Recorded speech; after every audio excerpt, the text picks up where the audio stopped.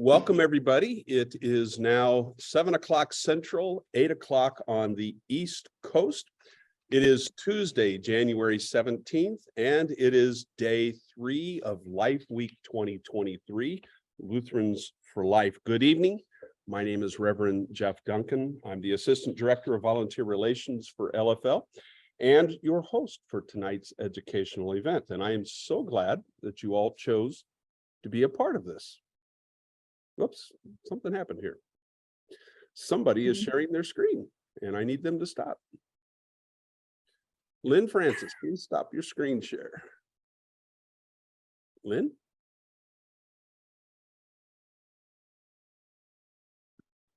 All right, there we go. All right, very good. As we start tonight, as normal, I'm going to ask everybody to take and go to the bottom left corner of their menu. And if you haven't already done it, put an X through that little microphone icon so that you mute yourself throughout the presentation.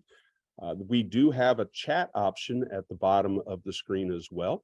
And as there is opportunity for a question through tonight's presentation, you can put the new messages into that chat section. Tonight's theme for Life Week 2023 is Blessed for Life. And we had a couple of other staff members with us tonight as well. I'd like to recognize our Y for Life director, Michelle Bauman. Michelle, say hi.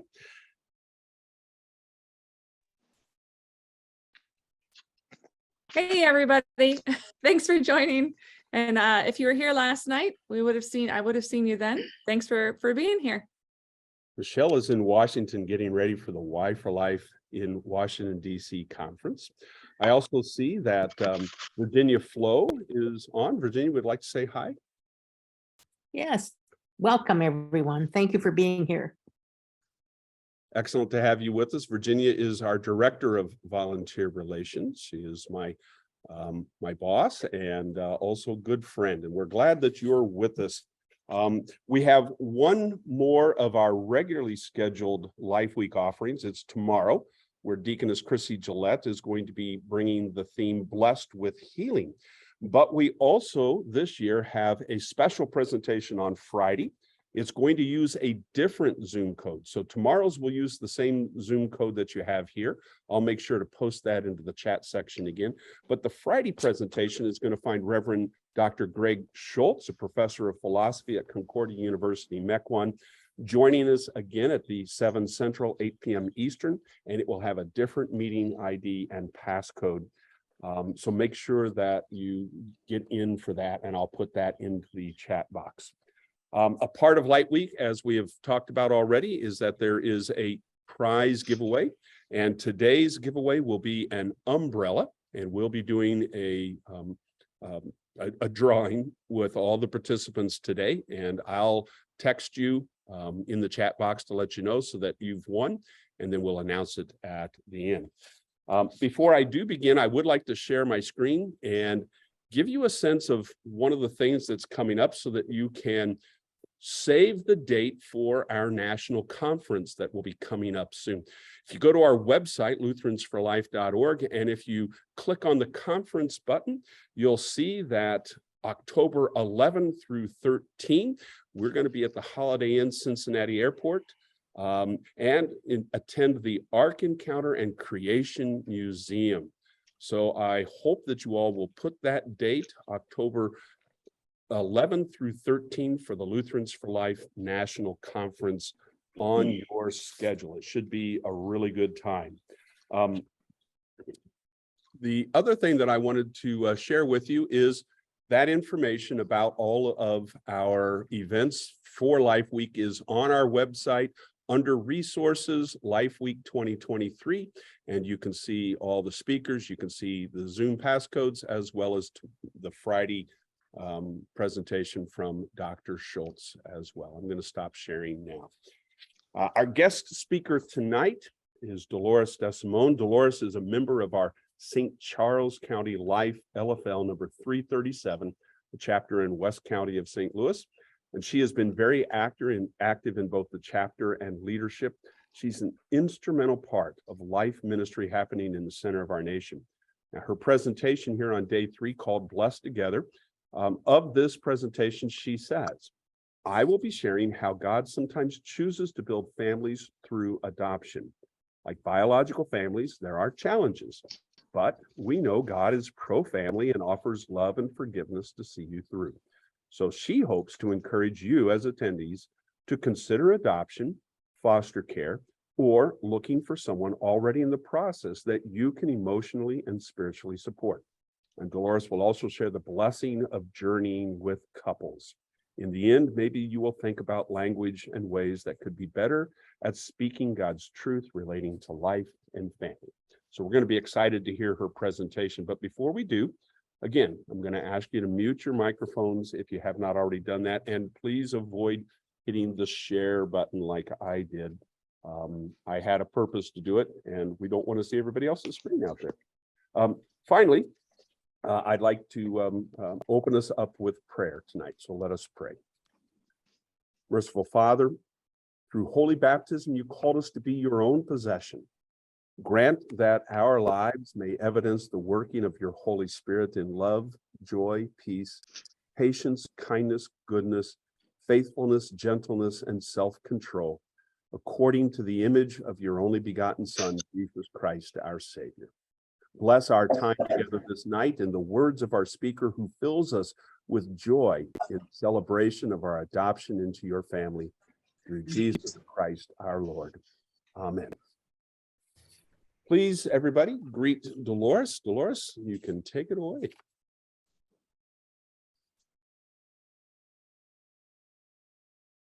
Hi, thank you so much for having me. I'm really excited to be here. I love to speak about adoption and the blessing it's been for my husband and I, and he is here too. I invited Bob to be here.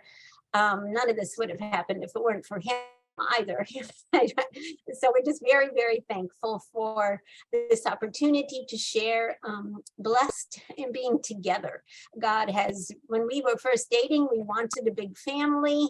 And we thought that meant having a lot of children. God had a different plan. He then blessed us with infertility, and then through adoption brought children into our home. And now, as life has gone on, our oldest is 37, 35, 30, 29, and 26 are the ages of our 5 children. Our family has grown immensely because we have birth moms, we have siblings of those children from, their biological moms. We have a big family in a creative way that only God could have done. My main theme, of course, is God's word, and I love the Galatians verse that says, but when the fullness of time had come, God sent forth his Son, born of woman, born under the law, to redeem those who were under the law, so that we might receive adoption as sons. God totally understands adoption, and he totally understands his purpose in procreation. I like Pastor President Matthew Harrison's statement. He says, while the gift of procreation is a profound and beautiful testimony of the blessedness of marriage and reveals one of marriage's most fundamental purposes, marital goodness is not limited to procreation. Where procreation is not possible, many couples choose to adopt a child into their family, and regardless of intention, also reflect the divine love which leads God to adopt us as his own. I think we can truly only understand the love that we have for our children, whether they're biological or adopted, by understanding the love that God has for us. So I'm so thankful that I have an opportunity to share tonight. I feel like the reason I can share is because God has blessed us with 5 adopted children, and then I am the adoption encourager on our life, through our life chapter. Quite a few years ago. This isn't the list. Lutherans for Life chapter. Quite a few years ago, our chapter raised a lot of funds to help support, encourage families in adoption. And then we have worked together with another group called Life Song. And I did give that their website to Pastor Duncan, if anyone wants that. But Life Song is a ministry that helps support families that are choosing to adopt, and they'll even help with support post-adoption. Like if you have adopted, and so many years later you feel like you still need some counseling, you or your children or your family situation, they are willing to help with those kind of expenses and making sure that happens. Life Song has just been a wonderful blessing and to work with our chapter. And I just encourage anybody that's considering adoption to look at lifesong.org and receive the support and help that's from them. But anyway, my husband and I have 5 adopted children, and we each one is unique. And just as each child, each pregnancy, and each delivery is unique and special, so is each adoption. We were blessed to get to know our birth moms all at different levels of association and connection, but it's just been wonderful to journey with them. Some of them we're extremely close to. We've traveled together and done things together with them. Some of them are at our holiday gatherings and that kind of thing. Some people say, how do you share motherhood or now grandmotherhood with someone else? And I just am so thankful for the gift of our children. And it's not hard to share that, because if it weren't for these women, these 5 women who made an adoption plan, we wouldn't have children or grandchildren. In fact, our family would have kind of come to a cease, because my husband is one of 2 and his brother didn't marry, and it's just my sister and I, and she never had children. So if our children are the only grandchildren on both sides of the family, so we're very thankful for God choosing to have our family go on by the gift of adoption. So like I said, each one of our stories is unique. I mean, each one of their stories is unique. I feel like God tells us all along, it's all about relationship. I think of what he spent to be in relationship with us, not just here, but forever. He spent the blood of his son so that he could have relationship with us forever in heaven. And so any relationship we get to have as a part of our life and foster and encourage and try to learn what he has in that relationship for ourselves is just a blessing. And that has been expanded so much through the adoption plan, where we have birth moms and extended, like the birth moms parents. It's just made our family so huge and such a blessing to have those relationships in our relationships. And then because I get to walk alongside other people who are adopting and encourage them and encourage foster care, I have so many exciting things to share from them. I have spoken with many of them recently and asked if they wanted to give me some words that I could pass on to you all tonight. And I received some wonderful, encouraging words from many of them. Some of them I tried to group together, like I know couples that had adopted a child or 2 and then did conceive, and they communicate there is no difference. We forget which ones are adopted and which ones are biologically our children. They're our children. So that's a beautiful testimony there. So thankful. I have couples that have adopted special needs children, and they just speak about how they feel closer to the Lord by having a special needs child in their family, because God calls us to serve. And by having a special needs child, it's serving all the time, taking care of this child that many times needs to be fed all the time and cared for in intimate ways. And also one of them made the comment, have you ever seen a depressed special needs child? Special needs children are almost always joyful and happy. And they said, it almost feels like we have a closer presence of the Lord in our family. in our home by having a special needs child. So I get to hear those kind of comments and encouragement. I know Jen Smith is on. I saw her join. She's someone that I've gotten to know recently. Her and her husband are pursuing adoption and just getting to journey alongside them. They haven't been married a real long time, so they're waiting until they're married long enough in order to be able to have an adoption agency even consider taking them in. But they're gathering information and receiving support and encouragement and wanting to become informed. There's so many things to learn about adoption. Of course, there are different kinds of adoption. There's domestic, there's international, there's now there's embryo or snowflake adoption. I have gotten to journey with a couple that did embryo adoption, and that was just fantastic also.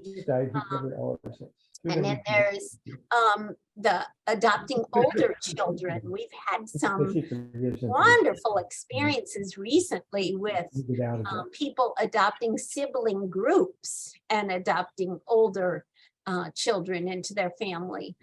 So getting to journey with them and hear their stories.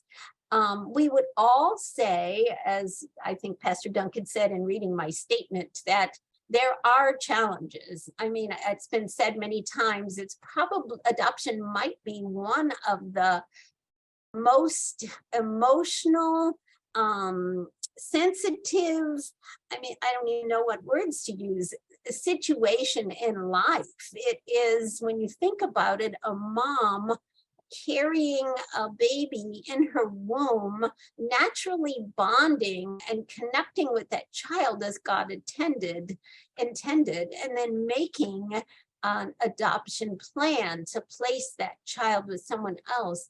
That is a lot of emotion. We had several of our children placed in our arms by the biological moms. And the amount of crying and tears that happens at that time, they know, that is just a huge, and they are torn. I mean, they fought long and hard. They obviously have counselors that are going with them through this. And it's what they want to do, but it is not easy. We've told all of our children, I love to speak about it, that the greatest sacrifice any of us will ever know is what Jesus did for us. But the next greatest sacrifice I can think of is a mom placing her child for adoption. She just feels like that would be the best for the child. She's separating herself from the situation and feeling like this would be the best for this child, wanting a mom and a dad, a family, a safe home for this child.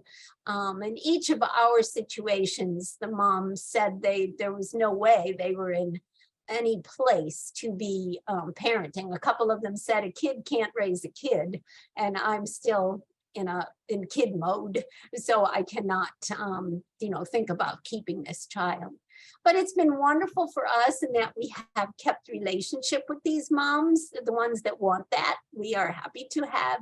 And now as their children are turning 30 and 35, it's just beautiful for them to get to see and have relationship with the children as they mature and then give us grandchildren and give them grandchildren and those kind of things. So we were kind of at the beginning of open adoption, and I am truly in favor of open adoption because adopted children do have many questions. Some they are able to vocalize, and some they have a hard time getting out. It's just there's some kind of disconnect, abandonment, pain, hurt that is hard for them to vocalize. That's something Bob and I told our children. Oh my goodness, we bought every CPH book there was on adoption and read it to them over and over and over again to affirm. We didn't want them ever hearing from someone else or, some other way that they were adopted. So we were very open with the fact that they were adopted and tried to stay engaged with them as they went through different stages of life, and then had to deal with it at different times and different levels. And yes, they dealt with it many, many, many times through their lives. And our kids still say there were some really hard things, but we're grateful that you and Dad were open with us, that you gave us opportunity to talk and ask questions, that you I remember we read lots of books about children being adopted. We went to movies if there was something about it. We just tried to, allow them to have expression, to see it from another perspective, to just be able to say what was on their heart. And we tried to be so open about it. So I realize I'm kind of jumping all over the place. I think that one of the things that I hear from many of the people that speak about adoption, and we feel, is that it is something you don't just go into lighthearted. Well, you really can't, because there is such amount of training and paperwork and all kinds of things. Even to foster, there is tons and tons, which is good. We want homes to be checked out and safe and make sure they're okay, but there is so much that you go through that it's not by the time you get through all the paperwork, you're definitely sure you want to adopt. It's not something you're going to enter into lighthearted, but it is just a huge thing to think through. And I encourage people to seek God's direction and to, just to understand what you're doing. Something my husband and I have said is, when we chose to adopt, we had been married over 7 years and been through some infertility testing and similar things as a couple last night, and that they said, nothing's wrong with you. You should be able to conceive. So, but yet we weren't able to. And then I lost my train of thought. I don't know where I was going with that. Anyway, we chose to adopt, and we wanted to, gosh, I really lost my train of thought there. I'm not sure what I was going to say there.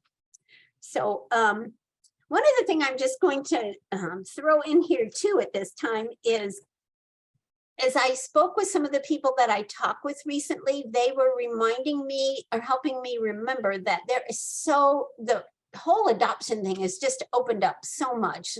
Like I said, we were at the beginning of the open adoption, and then there is several opportunities to host children, like a couple of weeks through the summer, and get to know them, and then consider adopting them.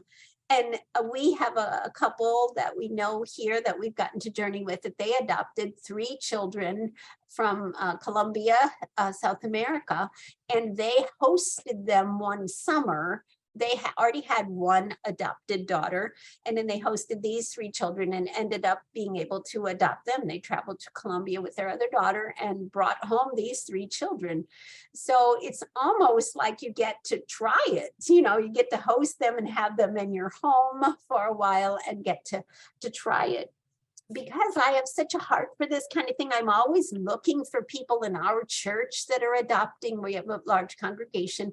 And one of the things I have seen is some families have children of a different nationality. And I go to introduce myself to them and talk to them. And there is a ministry called, now I have to make sure I see this right, Children's Medical Mission West. And these are families that are having children come stay with them.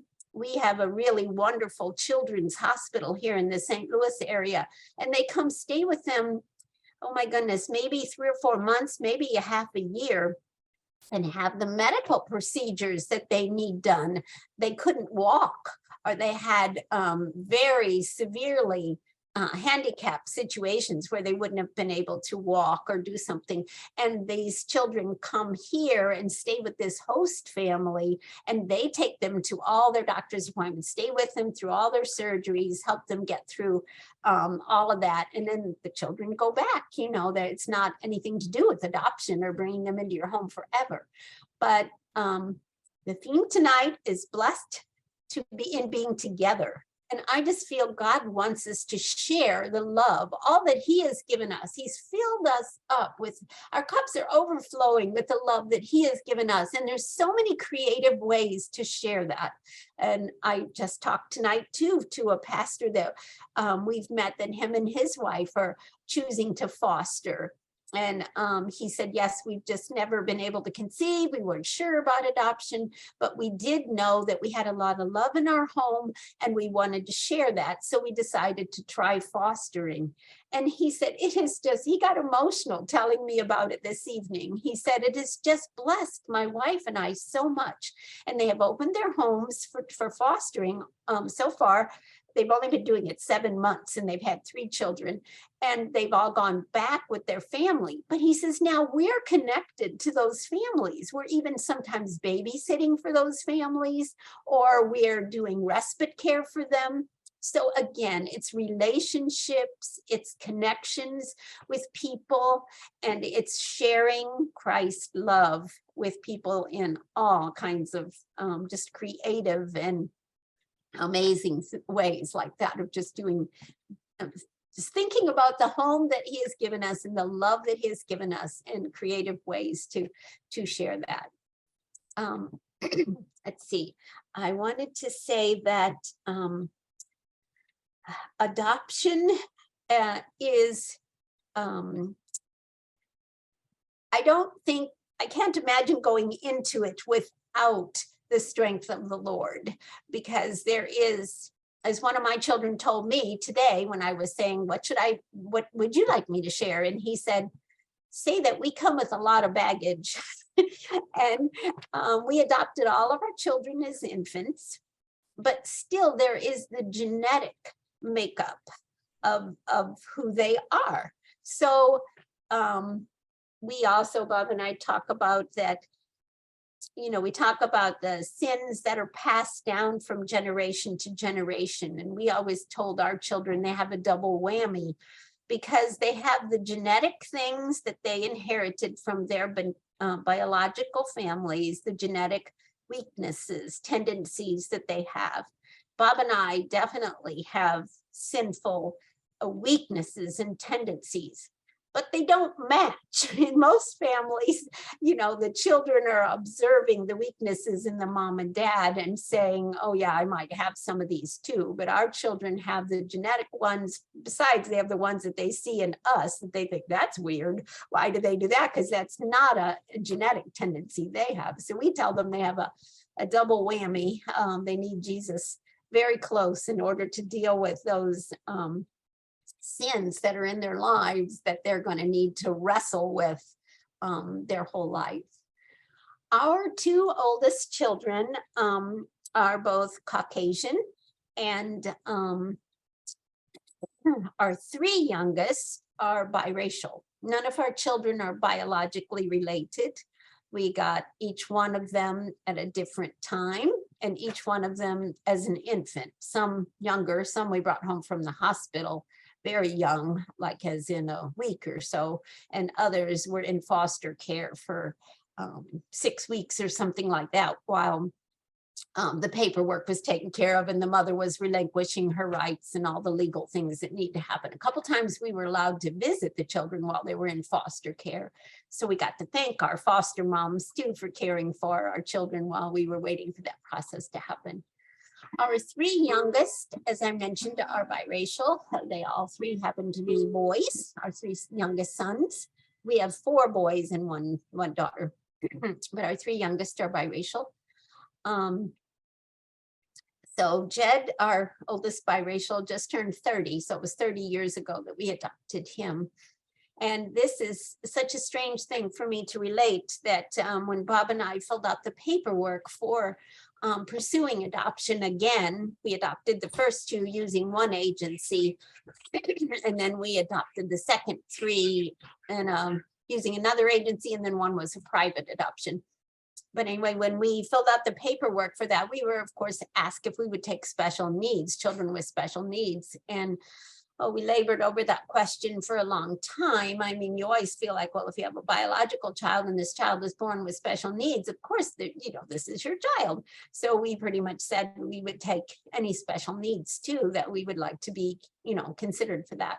So we got a call that they had Jed and that he had special needs. So I asked what the special needs were. And again, this was 30 years ago. They told me he was biracial. And I said, okay, and what's a special need? And they said, no, that is the special need. He will be very hard to place because he's biracial. That was not an issue for us. But again, we're very thankful that the agency did a really, really good job. It's easy to say, oh, we have the love of Christ. Yes, we'll welcome this child. Come on, bring him home. It's all okay. We'll love him. But I didn't know what I know now, that that's a lot for the child to deal with. I mean, we live in a Caucasian, totally, mostly German community. And now it's changing, obviously, everything's changing. But back then, you didn't see color in our community at all. And it was really hard for our children, but I didn't know that. I was naive, I did not know that. Then, by the grace of God, 2 years after we adopted Jed, we had the opportunity to adopt again, and Nate also was biracial. All three of them happened to have African-American fathers and Caucasian mothers. So we adopted him. And again, God is so good. And then 2 years later, we adopted Joel, and also same situation. But it's been such a blessing for those three boys to grow up together because they had each other in our white family. And that's one of the things Nate said to me that I should be sure and share tonight, that people should really, really, really seriously consider that it, when you get this cute little kid at home and everybody loves each other and well play together, and there's nothing. But as they grow up and have to face the cruel things that people say, the assumptions that people make, those kind of things, it can be very, very difficult.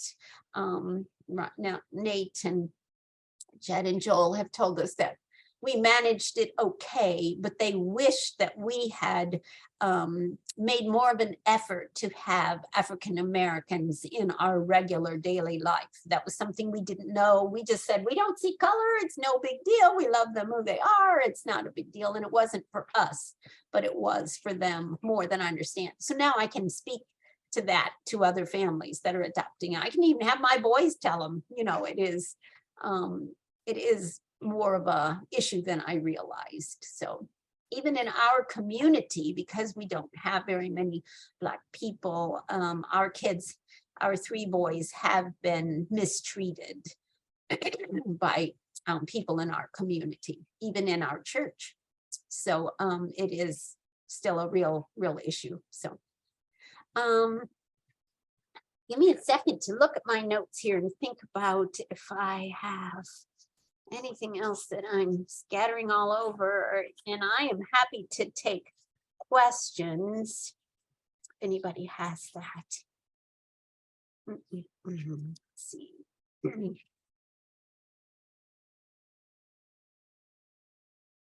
Our daughter, Jamie, is now happily married and has 4 beautiful boys. And she has thought a lot about adoption, and she had some things too that she wanted me to share. She says that I asked her how adoption changed her life, and she said, well, I received a whole new family.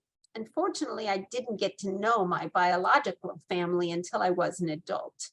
She said, adoption has given me a resilient spirit and made me to seek the face of my Heavenly Father, who chose me to be his child forever.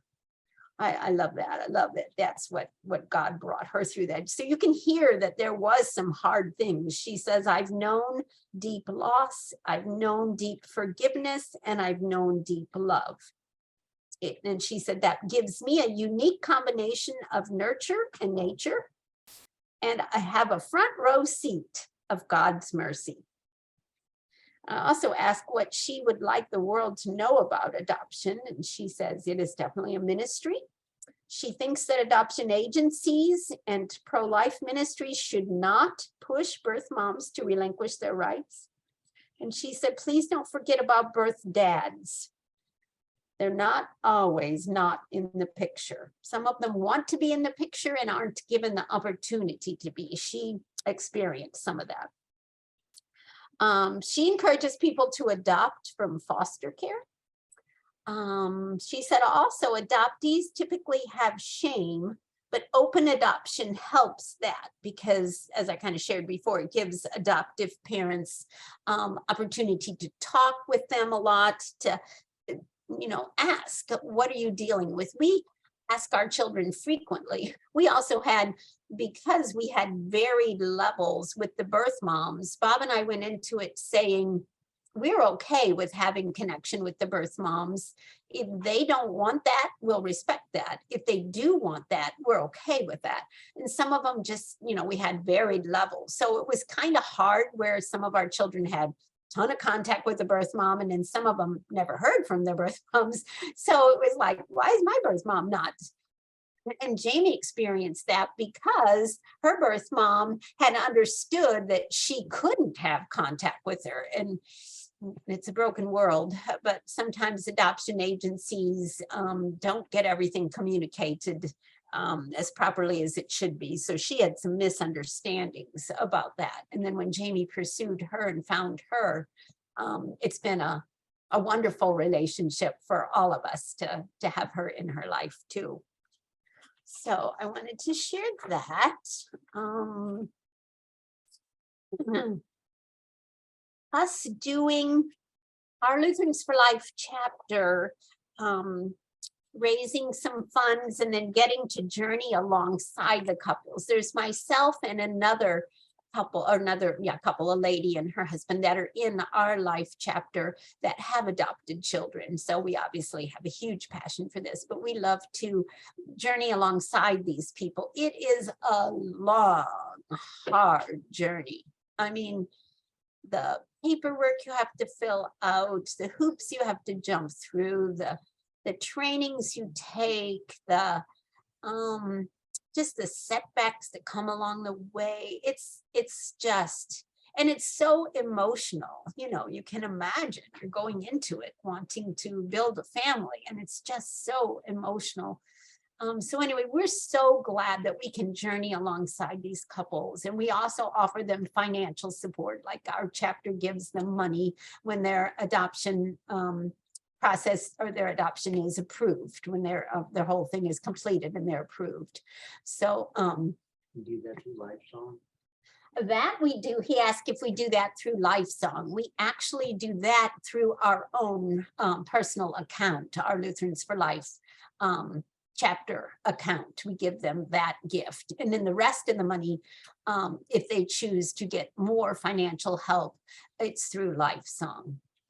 I can just briefly say, anybody who knows me will totally understand this. I am a jump into something, let's just try it, and then later it's like, what have I done? That's kind of what happened when our chapter decided we really wanted to support people who were doing adoption. So we passed the baby bottles out, and we collected money, and we raised, by the grace of God, over $30,000 that we were able to help adopted families with.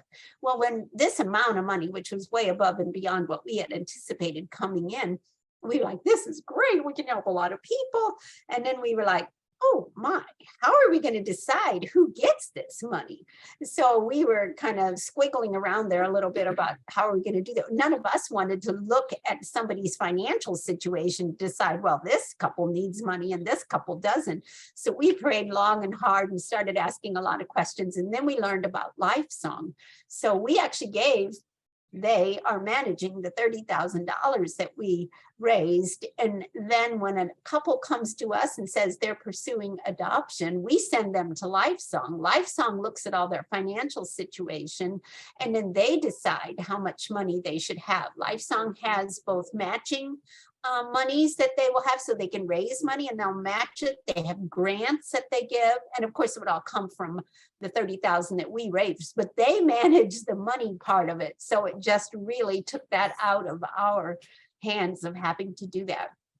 I would like at this time to give a little commercial. So if anybody would be so led to help in that way, you could give money to our chapter or to the state federation from Missouri, because Missouri has decided now to work with Lifesong and help encourage families in adopting. And so they have a account with them also. And that was one of the things I wanted to say tonight.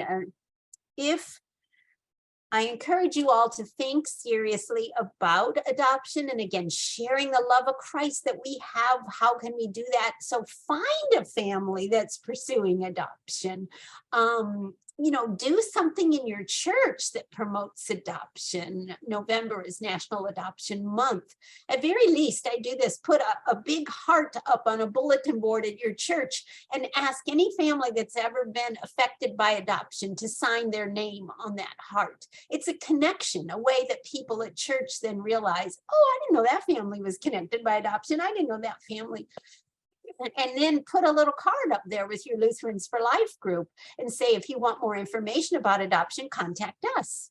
And, journey with people through adoption, or help them.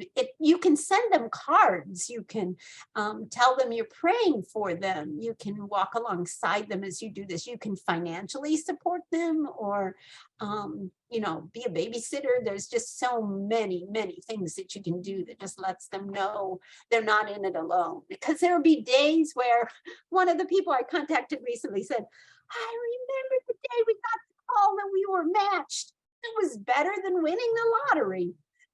But then there's the days where, there's lots of issues with adoption where the child will be having some struggles or wanting to know again, where's my birth mom, and tell me that story again.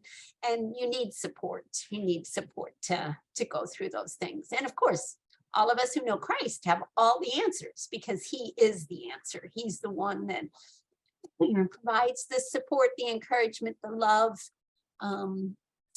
to get through all that. One other thing I thought about saying was language.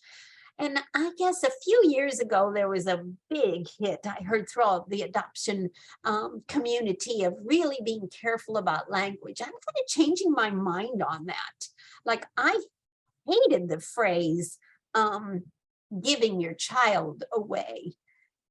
I thought making an adoption plan, making an adoption decision, as I said, it's the greatest sacrifice besides Jesus, as far as I'm concerned. So I felt like that was much better wording.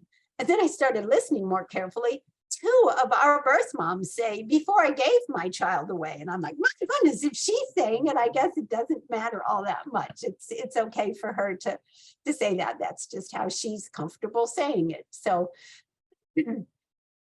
I do like saying, and I'm not always good at this, but saying, I always like to give glory to God in that he built our family through adoption. Of course, if you meet all of us at the same time, you're going to figure it out, because Bob and I don't have the same color that our 3 youngest boys do. So you can figure it out pretty quickly. We look a lot alike. Right. We do look a lot like our oldest 2. Yeah. And there are still people that still say they thought our oldest 2 were biological children. But anyway, just saying, now where's I going to get? I lost my train of thought.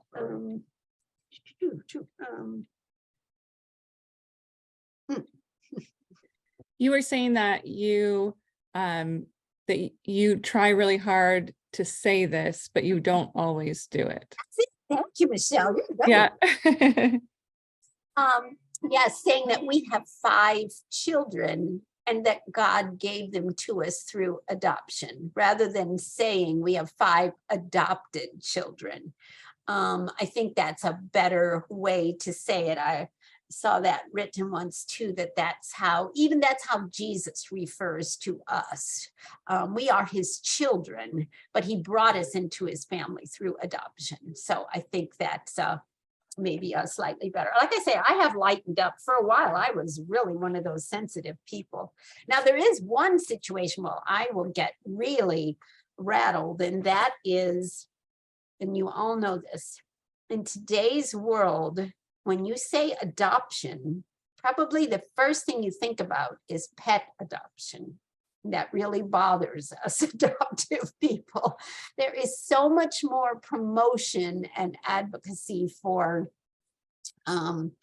adopting animals or adopting a tree or doing those things than there is for our dear precious children, that God has a eternal place in heaven. And so I do get really bothered by that. And I blame myself. As the church, we should be speaking more about first God adopting us. And when we hear the word adoption, we should be thinking first and foremost, I'm adopted into the Lord's kingdom. My first credential is I'm a daughter of the king. You know, that's the most exciting thing for each of us. So, but anyway, yeah, I do get bothered about the whole emphasis on adoption of animals. And I was raised on a farm. It's not like I'm against animals. Okay, well, I know that was kind of a rattled presentation, but that's kind of how my personality is. If there's questions, let's go ahead and see if I can address any of those. Thank you very much, Dolores and Bob. I would entertain questions in the chat section. I do know that Chris has a question that was put in there. Chris, would you like to ask your question of Dolores? Well, in Michigan, the state organization has decided to give out a grant or whatever you want to do, and we have a certain amount that we give. But I wondered, how much do you usually give? You mean for adoption? From your chapter? Is that what you're talking about? Yeah, you said your chapter has some money, and then what do you say, Lifelong takes care of the money? Life Song. Okay. Mhm. Lifelong takes care of the money. Mhm. And so how are you determining how much money you're giving? They determine that? Is that what you're saying? Yes, we do. Our chapter does give them a gift of $500, and we know that's a small amount compared to any adoption expense, but it's an encouragement is what we kind of look at it once their adoption is approved. So that once they've gone through all the paperwork and everything through an agency and they are approved, then we have them let us know about that. And I ask for a letter of recommendation from their pastor saying that he thinks they would be That's what we do too. And Uh-huh. we just did, this was the first year we did it. We had only one couple, so we Awesome. decided to give them more money instead of just a 500. We gave them more because we had allocated in our budget for so much, and so we gave them more then because we're the only one that did. Thank you. How do you advertise? We decided not to advertise. We just running across people, somebody that would say something, so we don't advertise that we do this. Mhm. The one thing that I do, our chapter is big. We work with, I think we have 14 churches now. So occasionally I send a letter to all 14 of the pastors, our 14 churches, and just tell them that we have this available. So if they're aware of a couple in their church that is pursuing adoption, then they would direct them to us. And one of our pastors put some of that same letter that I sent to him, he put it in a pregnancy resource center. And so we did get a couple that way. They saw the letter in the pregnancy resource center, their pregnancy help center. So it had my name and my contact information, and they contacted me and wanted more information about adoption. So. Well, we had just decided that would be a board member that would bring the recommendation, and then they have, of course, like you said, have a recommendation from their pastor. Yes, ma'am. Mm-hmm. Well, thanks for doing that. It's so exciting to hear other chapters doing that too. Great. Well, that's a whole state of Michigan. Oh, great. It's your to your state. State. Wonderful. Wonderful. Yes. We need to promote and encourage adoption. Great. Yes, thank you, Chris, for making that known to everybody. Dolores, I do think that from previous presentations, you've talked a little bit about how LifeSong works. And from the chapter standpoint, you've kind of given LifeSong some guidelines, right? Here's a maximum amount that, you know, of the funds that you have deposited that you want to give for a couple. And you've kind of let then LifeSong do the administration, the investigation of the financial need, and then LifeSong comes back to you and makes a recommendation to the chapter of which the chapter approves or changes those numbers. Is that correct? Thank you for clarifying that. That's very, very accurate. Yes, that is what we do. We ask them to manage that money. And then, like I say, they get to know all the financial situation of the couple, and they get to determine the true needs and hear what how the couple wants to do it, whether they want to do matching funds or whether they really need a grant or whatever. They do all of that, and that they come back to us. Yes, the LifeSong writes a recommendation to us, and then our board reviews that. And again, we don't get to see all the financial situation of the couple. We never wanted that. So it's great having LifeSong that we can trust. It's that middle person in there. And then many times we have been able to give more than LifeSong came to us with. Also, we were able to give a little bit more. But yes, that's Excellent, what we. excellent. It was pointed out to me while we were talking that I had misspelled LifeSong as lifelong in the chat box. So the website was correct, but I have reposted it with the correct spelling of LifeSong. So thank you. There is a comment. Roni, you had a comment about a movie. Do you want to ask a little bit about that or explain? Yeah, sure. So Dolores was talking about the raw emotions that are associated with an with a biological mom giving up her baby. There was a film that came out in 1989 called Immediate Family.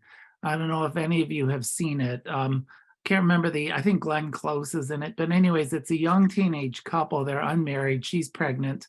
They're lower middle class, kind of working class factory from Ohio. She's not going to be able to take care of the baby, so she decides to give it up for adoption to a wealthy couple from Seattle. She travels to Seattle to have the baby.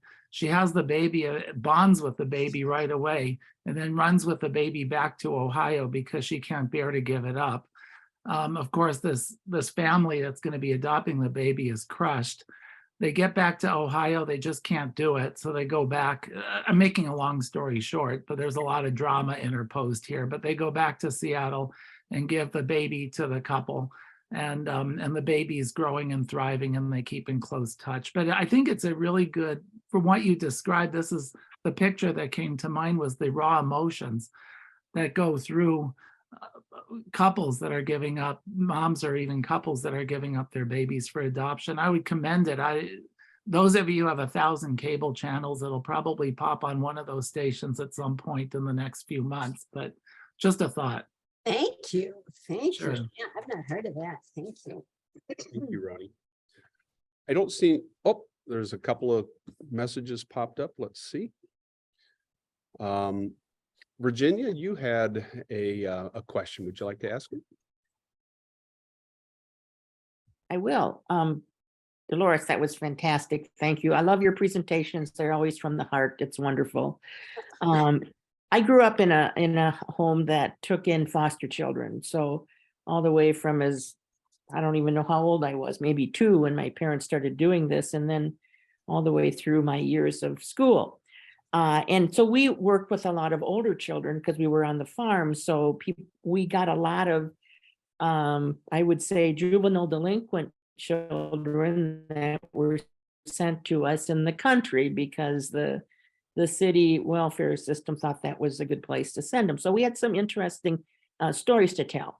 But I'm just curious, have you encountered families adopting older children? And because I know that presents new challenges, I'm just curious if you've had some experience in that area. Totally. Totally. even our son said tonight, he's in the other room right there, and I was saying, I didn't get your message. What do you want to share? And he said that we come with a lot of baggage, and just and that was coming as an infant. But the more just different experiences they had and exposures they had, and the one family that we supported that just brought their 3 children home a little over a year ago from Colombia, South America. Theirs are 18, 14, and 12. So they brought an 18-year-old, yes, into their family, and she's going to Lutheran High here and doing well. But yeah, it's a lot of challenges. I mean, I think about, I watch, and I'm so thankful. I watch the things that our children went through, and we adopted them all as infants, but yet there's a lot to deal with, and we just have our heads in the sand if we don't acknowledge this. But then these children who have been jerked in and out of home here and there, and oh my goodness.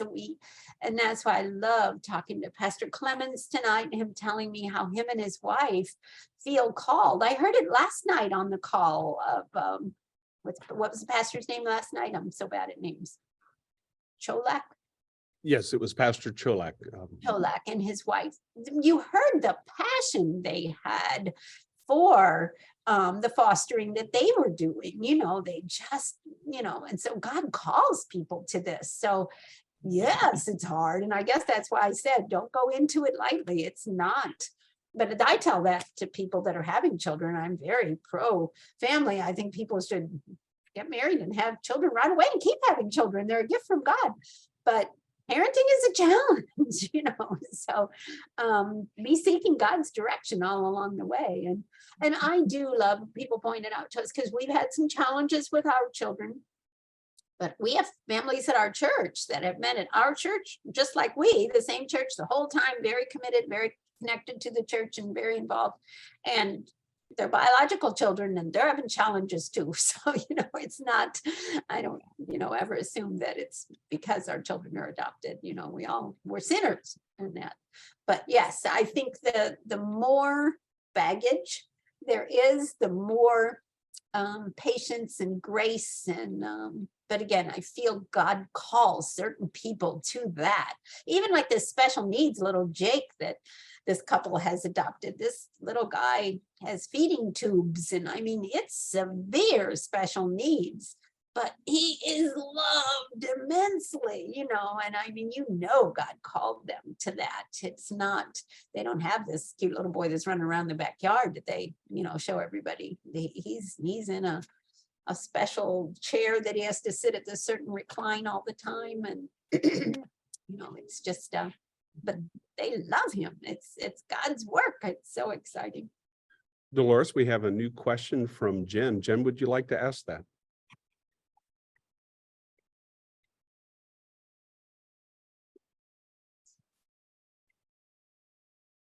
Let me go ahead and ask what Jen has put.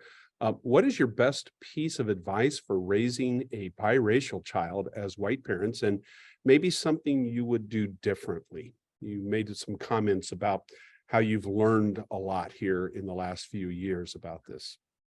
Yes, that's a great question.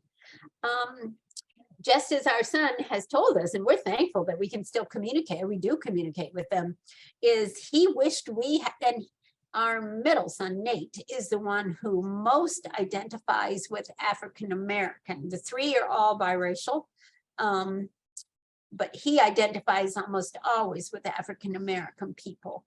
And you've seen somebody coming in and out of the door, I think, while we've been on this video. That's his best friend, or one of his friends that's coming in and out. But anyway, my bottom line is he wishes we would have made an effort to have more African American people in our lives on a regular basis. He wishes we would have done some more cultural kinds of things.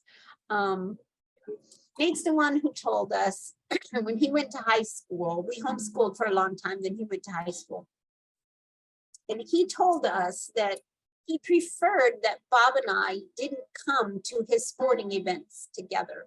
He preferred that one of us came or we didn't sit together, because many people at school assumed that we were a rich Caucasian family that adopted a cute African-American boy, and they began asking him for money because they assumed that he was in a rich home.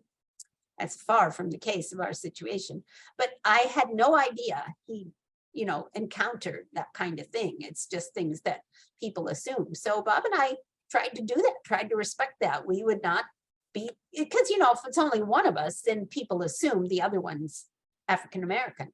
But if we're both together and Nate's there, and then it's like, whoa, this kid's adopted. So just be exposed more to that culture, and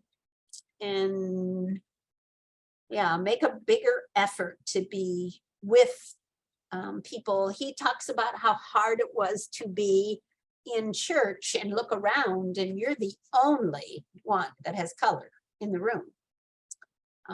You know, we may not think of that, but it is different. It's really, really hard. So What are some of the options that you can add the biracial aspect, and you know, are the agencies helping you with this, or is it just something that you have to search out on your own, these additional connections and influences from you know, the race of your adoptee?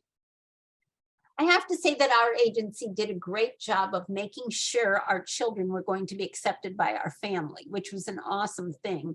I mean, Bob and I were quite sure we were okay with that, but they wanted to know if the grandparents were going to accept this child, especially we had two beautiful Caucasian children already. Are they going to be able? And they had a series of questions we had to ask both of our parents, which I respect. I think was a very good thing for them to do.